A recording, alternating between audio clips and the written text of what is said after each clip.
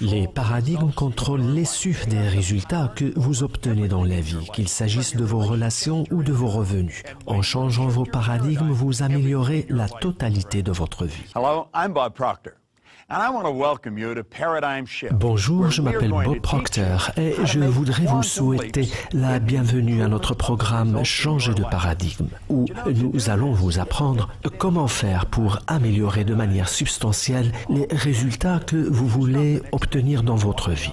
Pour cela, nous allons devoir parler de l'esprit, car les paradigmes sont en définitive d'abord une question d'esprit. Si vous demandez aux 10 premiers passants quel est leur paradigme, il est probable qu'ils ne sauront pas répondre, et vous non plus. Un paradigme fait partie du conditionnement de notre esprit. Cependant, nous ne pouvons pas parler de ses facultés supérieures ni de l'esprit sans parler des images, car ce sont elles qui vont nous servir de base de travail.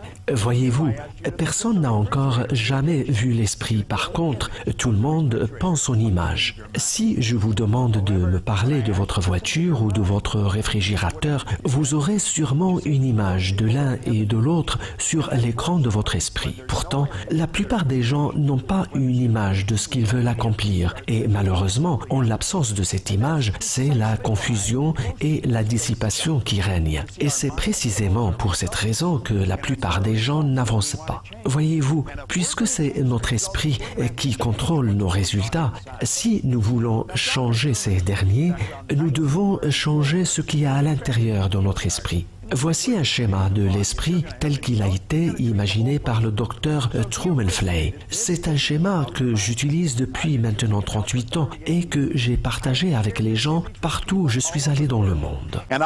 Personnellement, mon but, c'est d'aider les gens à augmenter leurs revenus. J'ai vu certains aller de quelques milliers de dollars par an à plus d'1 million de dollars, tout simplement parce qu'ils ont compris comment apporter les changements nécessaires intérieurement pour que des changements puissent se produire extérieurement. Napoleon Hill, qui fut un auteur phénoménal, a lui aussi beaucoup parlé de l'esprit. Nous avons en nous cette capacité de penser qui nous permet de penser à tout ce que nous voulons, absolument tout. Vous pouvez vous imaginer sur une plage, dans un lac ou à la pêche. Vous pouvez vous imaginer en train de jouer au golf ou avec un enfant. Vous pouvez, juste comme ça, en un clin d'œil, changer vos pensées et votre conscience. Mais vous savez quoi? Vos pensées ne changent pas nécessairement votre comportement, car, voyez-vous, vos pensées ont lieu dans la partie supérieure, comme c'est indiqué sur le schéma, c'est-à-dire dans la partie consciente de votre esprit. C'est plutôt votre subconscient qui contrôle votre comportement et vos actions. Et vos actions contrôlent à leur tour vos résultats.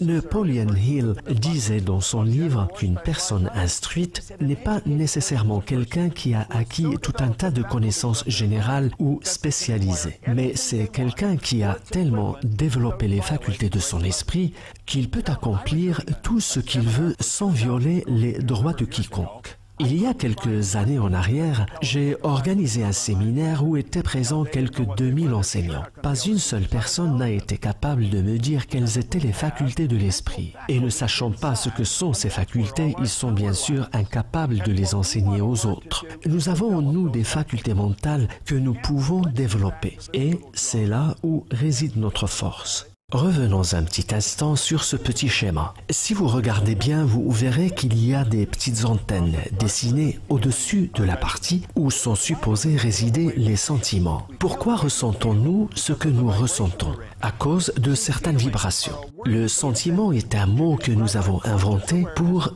décrire l'attention consciente que nous portons à ces vibrations. Et puis, nous avons également tous des sens. Nous pouvons voir, entendre, sentir, goûter et toucher. Vous et moi sommes conditionnés à vivre à travers nos sens. Nous regardons notre compte bancaire par exemple et ça nous dit que financièrement nous sommes au rouge. Nous écoutons notre médecin et c'est ce qui nous fait nous prononcer sur l'état de notre santé. Nous sommes conditionnés à croire ce que nous disent nos sens. En tant qu'enfants, on nous apprend à écouter ce que les adultes nous disent. À l'école, on nous donne un bulletin scolaire qui contient toutes les notes que nous avons obtenues lors de nos derniers examens. Et nous laissons ensuite ce bulletin nous dicter quel genre de personne nous sommes. Mais ce bulletin reflète-t-il vraiment qui nous sommes? Pas du tout.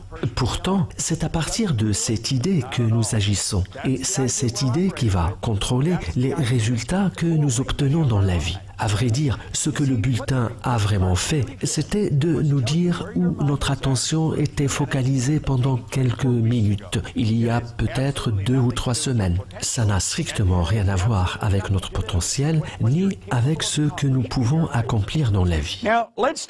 Voyons maintenant ce que sont ces facultés supérieures. Nous avons la raison, la mémoire, la perception, la volonté, l'intuition et l'imagination. Et c'est ce dont je vais vous parler aujourd'hui dans notre programme Changer de paradigme, car au fur et à mesure que nous commençons à comprendre ces facultés et comment elles marchent, nous devenons capables de contrôler littéralement notre vie.